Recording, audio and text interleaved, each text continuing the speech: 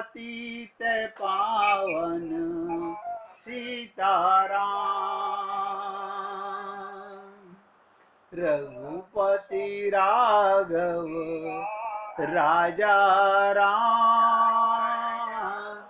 पतित पावन सीताराम। सीताराम सीताराम, भज प्यारे मन सीताराम। सीताराम सीताराम, भज प्यारे मन सीताराम। हे पुण्यात्माओं, बहुत ध्यान से सुनो। जिसका मन दिव्य हो जाता है, जिसे आत्मज्ञान हो जाता है, भगवान उससे छुप नहीं पाते। भगवान उससे छुप नहीं पाते। 24 घंटे उसे दर्शन देते रहते हैं। उसकी रहनी, उसकी करनी, उसका खाना, उसका पीना सब भगवान के साथ हो जाता है। अब तीसरा कारण सुनिएगा। भगवान प्रकाशक है, उसके कारण ही आपकी इंद्रियां काम कर रही हैं, आपका मन काम कर रहा है, आपकी बुद्धि काम कर रही है, यानी प्रकाशित हो रही हैं। अब सोचिएगा, प्रकाशक ईश्वर को प्रकाशित इंद्रियां मन बुद्धि अपने प्रकाशक की प्रकाशिका को कैसे जान सकती हैं? सर्वदा मूर्खता है। इसी को कहते हैं कि पोथी पढ़ पढ़ जगमुआ, भया न पंडित कोई, अर ढाई आकर प्रेम का पढ़े सुपंडित होई। हमें बहुत से लोग कहते हैं हमारे वो पंडित जी हैं, उन्हें पूरी रामायण याद है, उन्हें सारे गीता के श्लोक याद हैं। बहुत अच्छी बात है। रट्टू तोते को पता नहीं क्या क्या याद होता है। उन्हें ये ज्ञान है कि मैं आत्मा हूं, ये तो हमें पता नहीं है।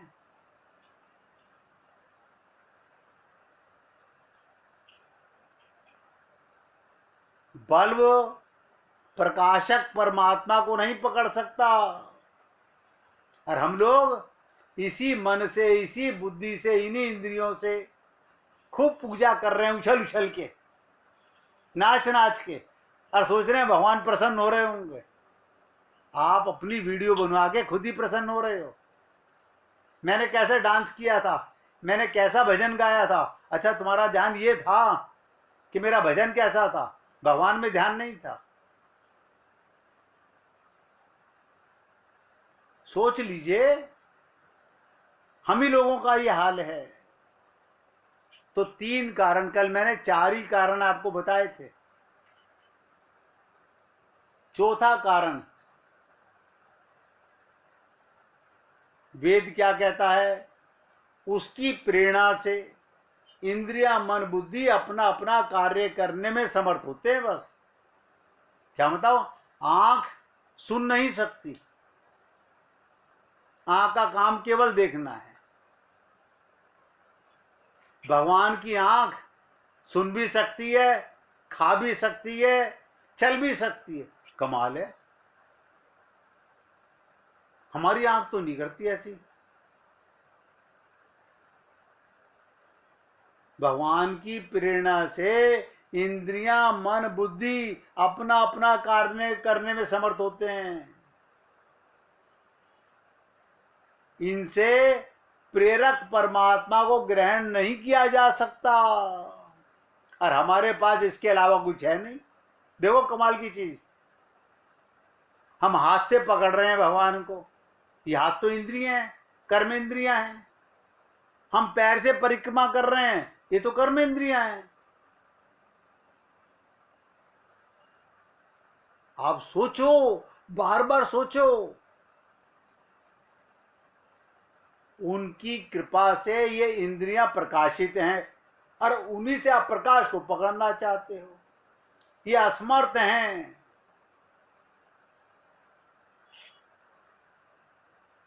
और मैंने बताया था कारण, भगवान छोटे से छोटा है। आप खुद दूरबीन से भी छोटी से छोटी चीज को देख लोगे, अरे चींटी तो बहुत बड़ी है, आंखों से नजर आ जाती है, हमने तो चींटी का, अब आप सोचिएगा, चींटी के पैर के, चींटी के पैर कितना छोटा है, इतने छोटे जीभ भी देख लिए होंगे आपने। अब सोचिएगा, चींटी के पांव के अंदर जो घुंघरू बजते हैं, भगवान वो भी सुनता है। आपको सुनते हैं? नहीं नहीं, हमें तो नहीं सुनता, क्यों? कान नहीं है।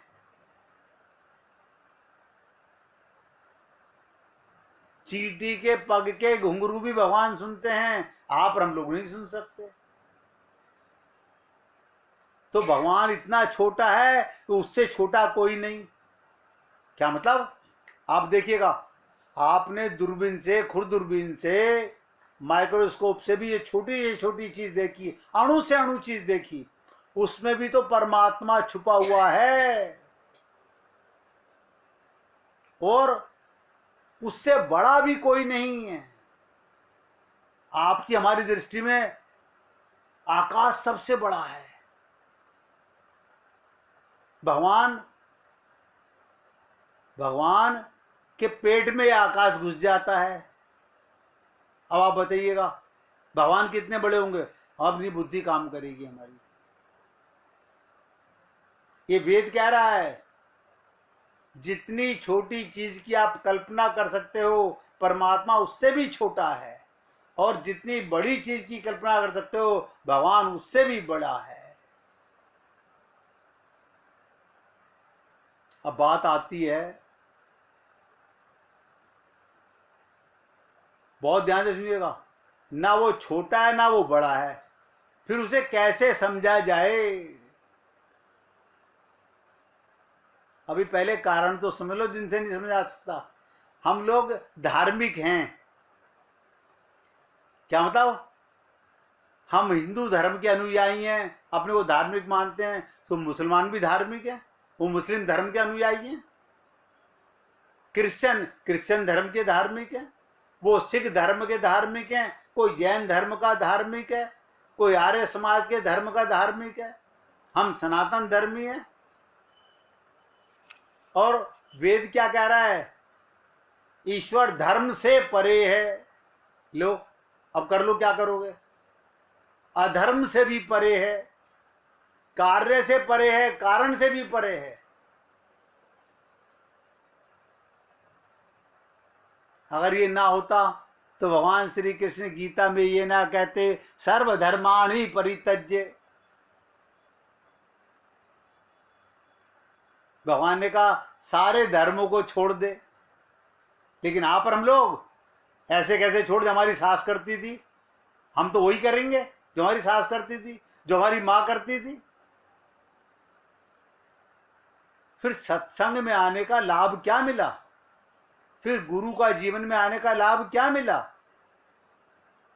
जब आप वही सब कर रहे हो जो करने से भगवत प्राप्ति नहीं होगी, तो इसका मतलब वो तो वेस्टेज ऑफ टाइम कर रहे हो। लेकिन नहीं समझ में आता। मीरा जैसे कितने लोग हैं, मीरा के कुल के लोग देवी के भक्त थे। मीरा ने मना कर दिया, नहीं मैं किसी देवी वेवी पे नहीं जाती, मैं तो कृष्ण को जानती हूं बस, मेरे तो गिरधर गोपाल दूसरो ना कोई। उसके कुल वालों ने क्या कहा? तू कुल नाशनी है। उसने कहा कोई बात नहीं। अब बुरे लोगों के मुंह से बुराई निकलेगी और क्या निकलेगा? आप और हम लोग सबको प्रसन्न करने में लगे हुए हैं।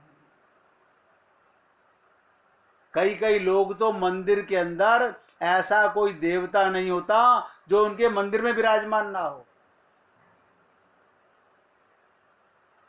सब बिठा रखे हैं। सबकी आरतियां, सबकी पूजा, सबकी उपासना। क्यों? शायद कोई तो काम आ जाएगा। ठग हैं हम लोग, भगवान को ठगने चले हैं। किसी एक को अपना पिता नहीं माना, किसी एक की पूर्ण शरणागति नहीं की। तो भगवान को वेदों में कहा गया, ये पांचवा कारण बता रहा हूं, हम धार्मिक कहते हैं अपने आप को, हम बड़े धार्मिक हैं। अब भगवान ने कहा सर्वधर्माणि परित्यज्य, अब बताओ क्या करोगे धार्मिक। वेद कह रहा है वो धर्म से परे है, अधर्म से परे है, कार्य से परे है, कारण से परे है।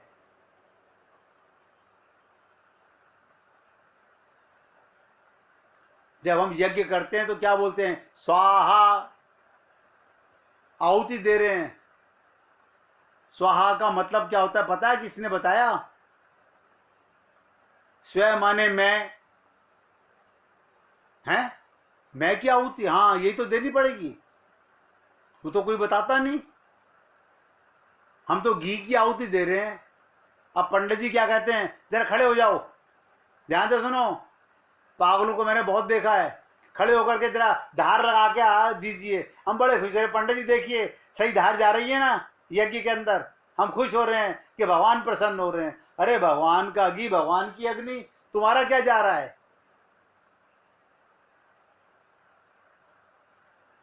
स्वयं माने तो मैं होता है, मैं का आहुति किसने दी? इसलिए मैं बता रहा हूं आपको, अगर भगवत प्राप्ति करना चाहते हो, कल्याण करना चाहते हो, तो सबसे ज्यादा जरूरी है अपने स्वरूप को जानना, परमात्मा के स्वरूप को जानना।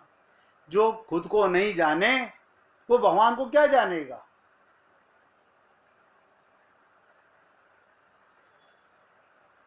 एक एक शब्द पर अगर हम लोग ध्यान दें तो भगवत प्राप्ति कठिन नहीं है, मगर मुश्किल क्या है, हम सुनते तो हैं, मानते नहीं हैं, करेंगे वही लकीर के फकीर हैं।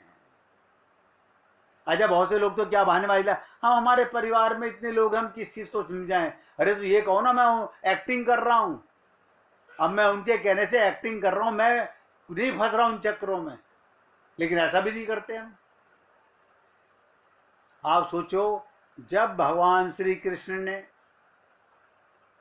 अवतार लिया, ये पूर्णतम अवतार है भगवान का, बाकी सारे अंशा अवतार होते हैं,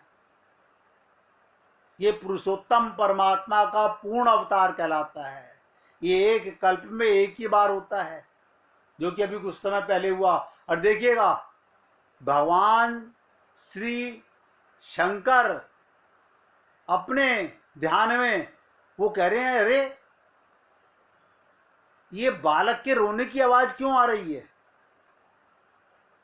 भगवान शंकर का ध्यान, अरे मेरा पिता, मेरा पुरुषोत्तम लीला करने के लिए पृथ्वी पर आ गया। भगवान शंकर अपना हिमालय छोड़ करके भागे, शिवलोक छोड़ करके भागे भगवान के प्रेम में। और कहां पहुंचे? गोकुल के अंदर। कब पहुंचे? छठी से अगले दिन। अभी आप लोग कुछ दिन पहले ही जन्माष्टमी के बाद में छठी मना रहे हैं। अरे हम छठी क्या मनाते हैं? भगवान की लीलाओं का ध्यान नहीं करते। हम कड़ी चावल बना के, खिचड़ी बना के खा लेते हैं, हमारी छठी हो गई। ठीक है, चल रही है अपना लीपा पोती, बहुत खुश हो रहे हैं। हमारे पंडित जी भी यही बांटते हैं मंदिर में, हम भी यही कर रहे हैं। ये मन में नहीं आया कि पुरुषोत्तम परमात्मा 6 दिन हो गए पृथ्वी पर आए हुए हम पे कृपा करने के लिए। दिल तड़पा नहीं भगवान के प्रेम के लिए। भगवान शंकर भागे, आप सोचिएगा, कृष्ण के दर्शन करने के लिए, साकार ब्रह्म के दर्शन के लिए आए। और यशोमती परिया को पता चला कि कोई साधु छठी से अगले दिन उनके द्वार पर आया है। बहुत ध्यान से सुनिएगा, यशोदा मैया को पता चला कि मेरे द्वार पर कोई साधु महात्मा मेरे लाला के दर्शन करने आया है, भिक्षा लेने के लिए खड़ा हुआ है। उन्होंने दासी को साधु को फल देने की आज्ञा दी। दासी ने हाथ जोड़कर साधु को भिक्षा लेने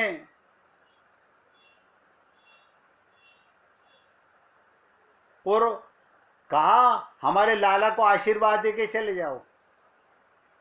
तो भगवान शंकर क्या बोले दासी से, मेरे गुरु ने मुझे कहा है गोकुल में यशोदा के घर परमात्मा प्रकट हुए हैं, इससे मैं उनके दर्शन के लिए आया हूं। मुझे लाला के दर्शन करने हैं। ब्रज में शिशुओं को लाला कहते हैं और साधुओं को जोगी कहते हैं। दासी ने भीतर जाकर यशोदा मैया को सब बात बताई। यशोदा जी को बड़ा आश्चर्य हुआ। उन्हें बाहर झांक कर देखा यशोदा मैया ने, एक साधु खड़ा हुआ है और उन्होंने बागंबर पहन रखा है, गले में सर्प है, भव्य जटाएं हैं, हाथ में त्रिशूल है। यशोदा मैया साधु को बारंबार प्रणाम करते हुए, ध्यान से सुनिएगा क्या बोली, महाराज आप महान पुरुष लगते हैं। यशोदा मैया कह रही है आप महान पुरुष लगते हैं, क्या भिक्षा कम लग रही है? आप और हम लोग भिखारी तो हैं। प्रभु जी बस 10 लाख की 10 करोड़ की एक बार 50 करोड़ रुपए दिला दो, मेरे 10 बच्चे सब अरबपति बन जाएं, हम इन चक्करों में लगे हुए हैं।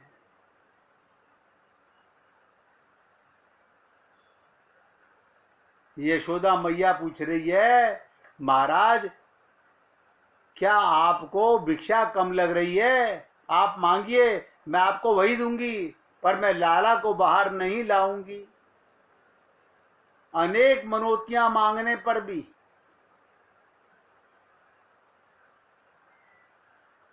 तब वृद्धावस्था में ये पुत्र हुआ है, ये मुझे प्राणों से भी प्रिय है। आपके गले में सर्प हैं, लाला मेरा अति कोमल है, वो इन्हें देख के डर जाएगा। देखो मैया का भाव। जोगी बेशधारी शिव जी ने कहा मैया तुम्हारा पुत्र डरने वाला नहीं, वो कालों का भी काल है, देवों का देव है, काल का भी काल है, और संतों का तो वो सर्वस्व है। वो मुझे देखकर प्रसन्न होगा, डरेगा नहीं। मां मैं लाला के दर्शन के बिना पानी भी नहीं पीऊंगा, तू तो भिक्षा दे रही है। और क्या बोले कन्हैया का दर्शन करने के लिए, मैं तेरे आंगन में समाधि लगाकर बैठ जाऊंगा। आज भी नंदगांव में नंद भवन के बाहर आशेश्वर महादेव का मंदिर बना हुआ है, जहां शंकर भगवान श्री कृष्ण के दर्शन की आशा में बैठे हैं। शिवजी महाराज ध्यान करते हुए तन्मय हुए, तब भगवान बाल कृष्ण उनके हृदय में पधारे, हृदय में पधारे। और बाल कृष्ण ने, कन्हैया ने अपनी लीला करना शुरू कर दिया। क्या लीला करी भगवान ने? देखिएगा, छठी हो के चुकी है, उससे अगले दिन जोर जोर से रोना शुरू कर दिया। माता यशोदा उन्हें दूध फल का जूस पिलाने की कोशिश कर रही है, दूध पिलाने की कोशिश कर रही है, नजर उतार रही है,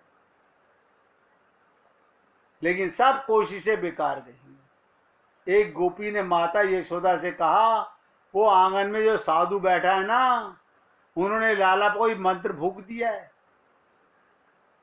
तब माता यशोदा ने सांडिल्य ऋषि को उस समय लाला की नजर उतारने के लिए बुलाया। सांडिल्य ऋषि समझ गए कि भगवान शंकर ही श्री कृष्ण के बाल स्वरूप के दर्शन करने के लिए आए हैं। उन्होंने माता यशोदा से कहा, मां आंगन में जो साधु बैठे हैं उनका लाला से जन्म जन्म का नाता है। आपका हमारा भी नाता है, लेकिन हम गंवार शरीर के नाते निभा रहे हैं। हमारा भी सदा का नातेदार भगवान है।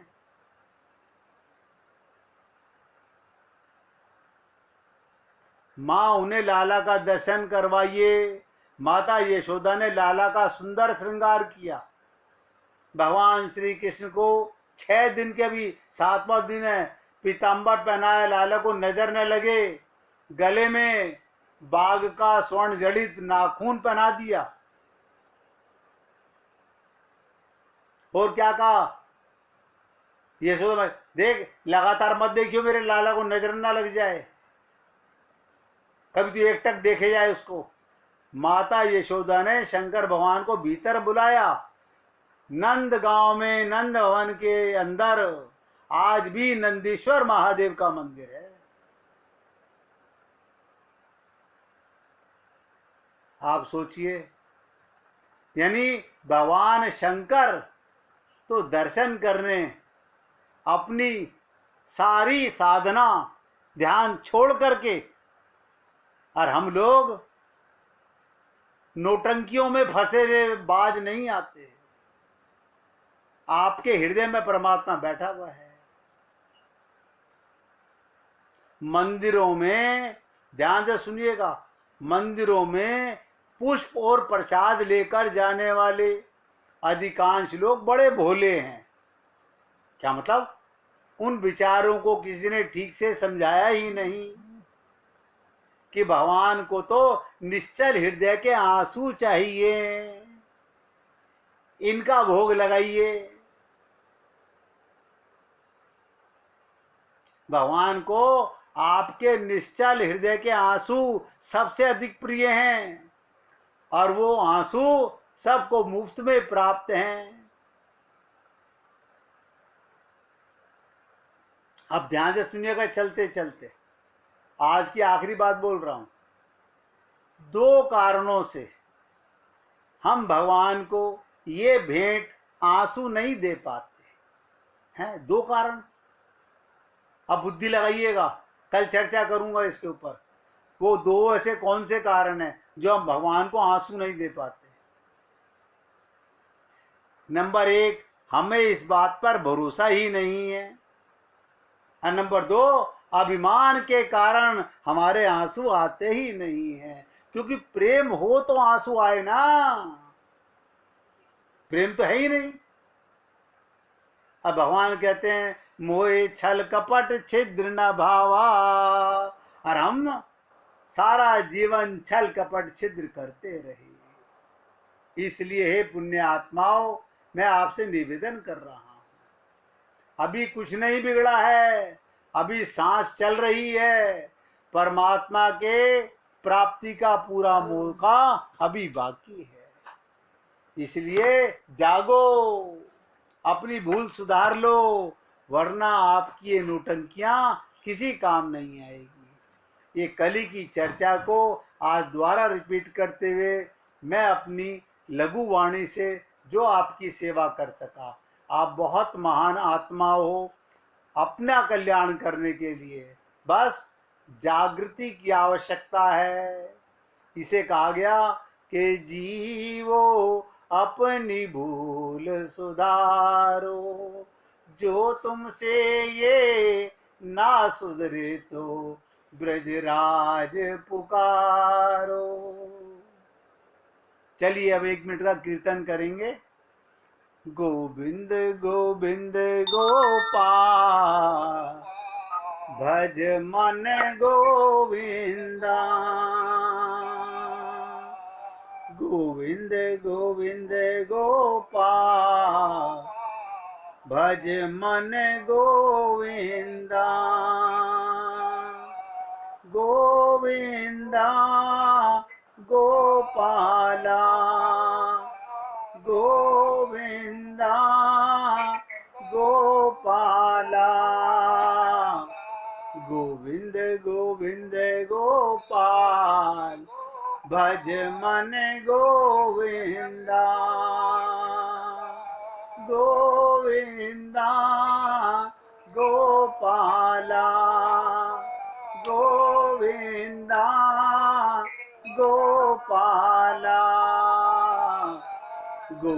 गोविंद गोपाल भज मन गोविंदा। गोविंद गोविंद गोपाल भज मन गोविंदा। बोलिए वृंदावन बिहारी लाल की जय। जय जय श्री राधे।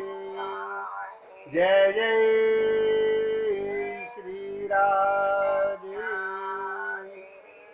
बोलिए लाल जी का मंगल हो, सभी भक्तों का मंगल हो। सबको राधे राधे भैया। सब